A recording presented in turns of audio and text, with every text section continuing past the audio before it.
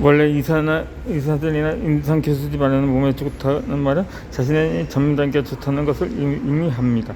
이 순환기내과의 의사가 콜레스테롤 수치를 낮추라고 말하는 것은 심근경색으로 죽는 사람이 줄기 때문입니다. 그러나 실제로 콜레스테롤을 저하는 면역 기능을 저하시킵니다. 이는 역으로 암으로 사망한 사람이 증가한다는 의미와 같습니다. 전체적으로 보면 콜레스테롤이 높은 사람이 비교적 장수한다는 조사 결과가 다수 나와 있으며 그 반대는 거의 없습니다. 호흡기내과의 의사는 호흡기를 건강하고 소화기내과는 소화기 건강에 환자를 진찰하고 있는 것에 불과합니다.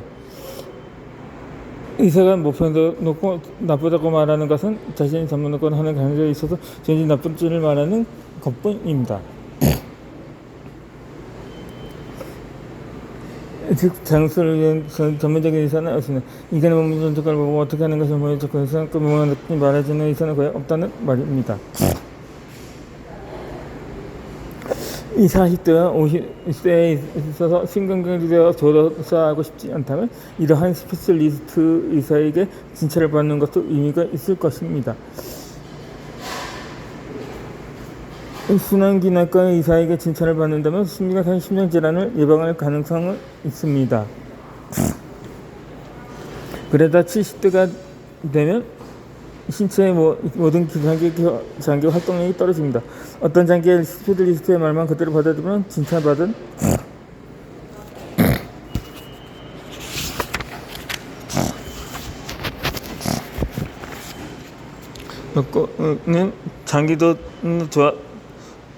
장기도 좋아서도 다른 장기에 지장이 생깁니다. 결국 몸 전체에 손상을 입는 일이 발생할 가능성이 있습니다. 꼭 필요하다고 단호할 수 없는 수술이나 치료를 할 필요는 없습니다. 의사가 시키는 대로 하고 결과적으로 QOL인 생활의 질을 떨어뜨리는 경우는 자주 생길 저의 기공 어쩌면 수명을 단축시킬 수도 있습니다.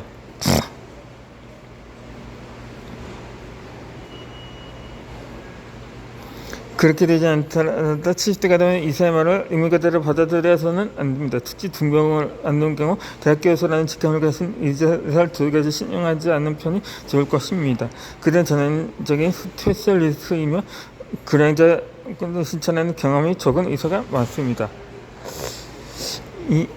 앞으로는 의사들이 뭐라고 해도 그냥 고개만 끄덕이지 말고 스스로 생각하는 습관을 들입시다.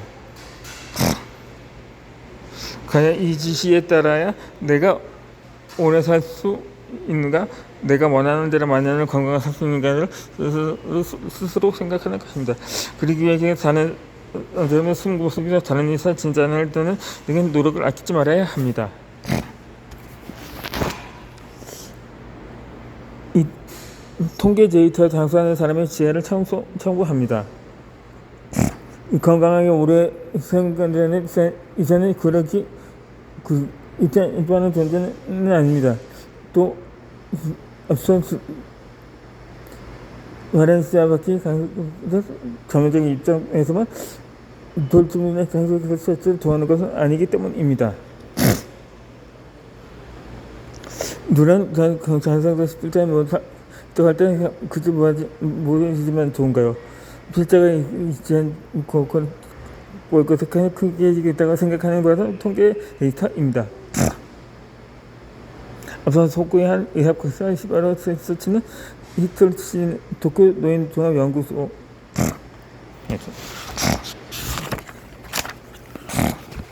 연구소에서 매우 유용한 통계와 훌륭한 연구 결과를 다수 남겼습니다. 예를 들어서 콜레스테롤 수치와 사망률 관계 등을 오래산 자수 고령자를 추적 조사하며 BMI와 사망률 관계에 대해 분석했습니다.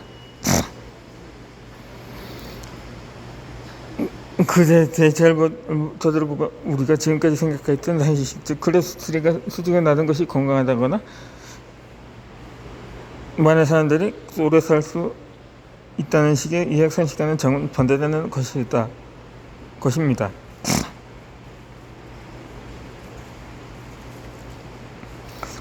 이 약은 불안전합니다. 이 약이란 불안전한 것입니다. 그때까지 최신의 연구 결과가 상식이 되고 있는 것뿐입니다. 진행소송에 도움이 되지 않거나 반대 성과로 뒤바뀌는 일과 자주 일어납니다.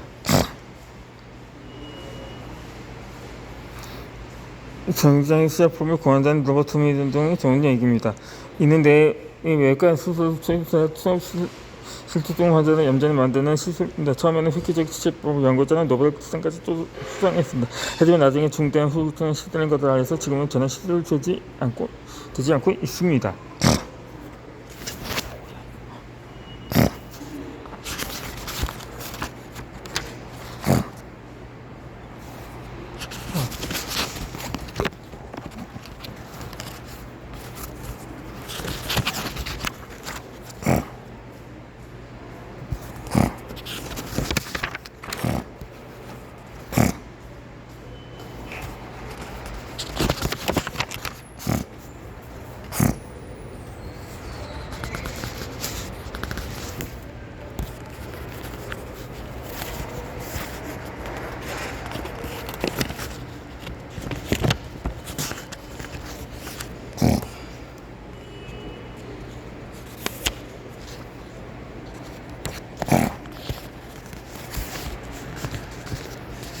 이 암의 초기는 자각 증상이 없습니다.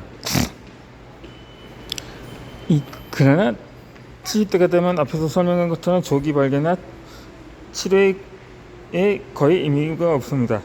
이 조기 발견에 대해서 자각 증상이 있는 사람은 없습니다.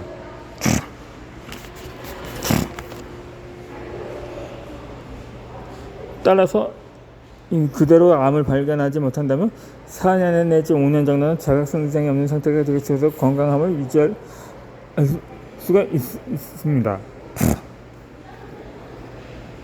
만일 70대의 건강검진에서 암 발견을 시켜 수술로 단번에 몸이 약해진다면 다른 병에 걸리거나 병성에 누워서 수명을 단축해버리는 등의 사례를 자주 봅니다. 확실히 모르는 것이 약이라는 말이 있듯이 고령자에게 암의 조절을 못해 오히려 삶은 충실한 것이 낫습니다. 건강검진이나 정말 못 말리는 실수가 될 수 있습니다. 70대의 사람도 성실하게 자칫 않게 검진을 받고 있는 사람들이 많지만 이러한 사정을 이해하고 받아들일 필요가 있습니다. 저도 앞서 언급한 대로 건강검진 같은 것은 무의미하다고 생각합니다. 그것에서 3년에서 5년에 걸쳐 1회 정도의 뇌 검사나 심장 검사를 추천하고 싶습니다.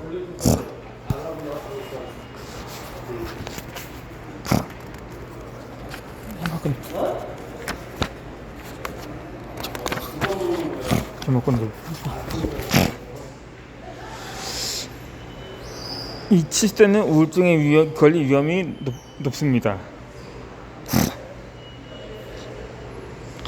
행복 호르몬이라고 불리는 세로토닌은 신경전 물질입니다. 40대 무렵부터 분비량이 줄기 시작해 70대가 되면 그 감소 추세는 더욱 현저해집니다. 이 불안감이 더해지거나 의욕이 저하되거나 우울증에 걸릴 위험이 높이는 우연으로 작용합니다.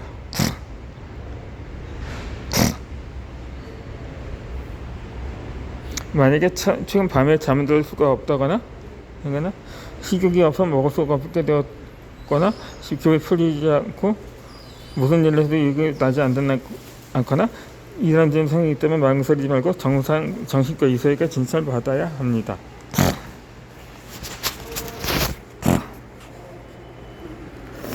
감기 정도 쉽게 병원에 가는데 마음이 안 좋은 경우엔 자살할 때까지 병원에 가지 않는다는 점입니다.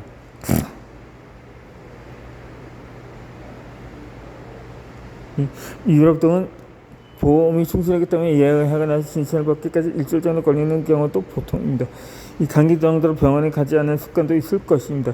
그러나 자살할 정도의 우울증을 가진 사람이라면 반드시 병원에 가는 게 선진국 사람들의 관행입니다. 이 고령일수록 우울증이 심합니다.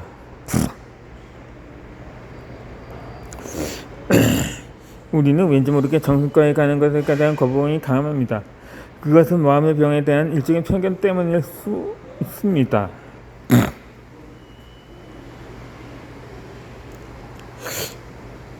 그러나 실제로 마음의 병은 습관하는 그것도 무엇도 아닙니다.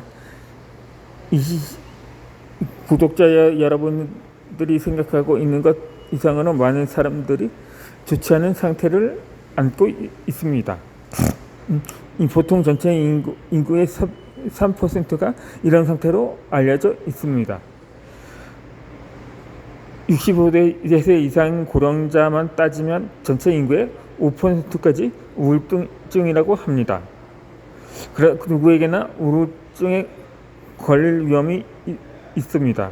특히 고령이 되면 감기로 병원에 가는 것처럼 부담 없이 정신과 의사,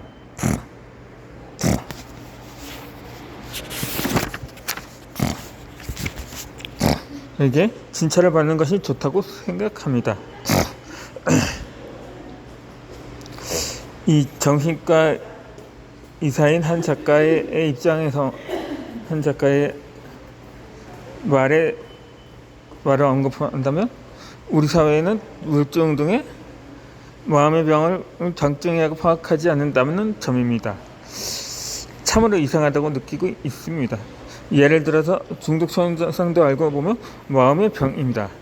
알코올 중독이라든가 도박 중독, 게임 중독 등 여러 가지가 있지만 모두 마음의 병인 셈입니다. 그런데 우리 사회에서는 단순히 의존증입니다. 보통 사람으로서 의지가 약합니다. 또한 인간성이 흐릿하는 등으로 치부하기 쉽습니다. 한편으로는 알코올 중독을 조장한 일부 주로 메이커나 파친코 가게, 게임 회사는 중독 조장 등으로 돈을 벌고 있음에도 비판받지 않습니다. 이 사전에 예방하면 자살을 막을 수도 있습니다. 미국에서는 적어도 주류 광고 등은 엄격한 기준이 있으며 음주 광고 장면은 방영하지 않습니다. 반면 우리는 어린아이가 TV 볼 시간에도 아무렇지 않게 주류 광고를 내보냅니다. 이러한 사례에서도 마음의 상태는 병이 아니고 인간의 의지가 약하기 때문이라는 사회의 인식을 조장하는 측면이 있습니다. 만약에 잠들 수 없다든가 불안감으로 견딜 수 없다든가 살아가는 것이 괴롭다는 등의 멘탈 부진을 느꼈다면 이는 당신의 마음이 약하기 때문은 아닙니다.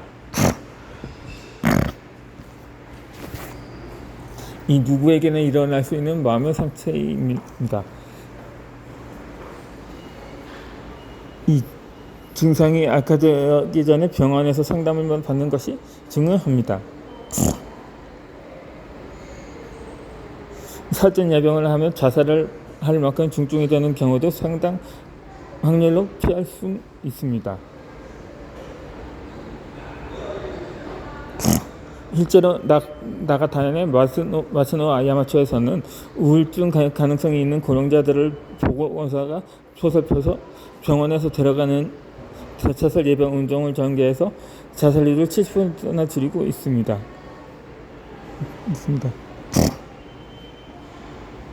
특히 고령자에게는 이러한 예방 운동이 효과적이라고 생각합니다.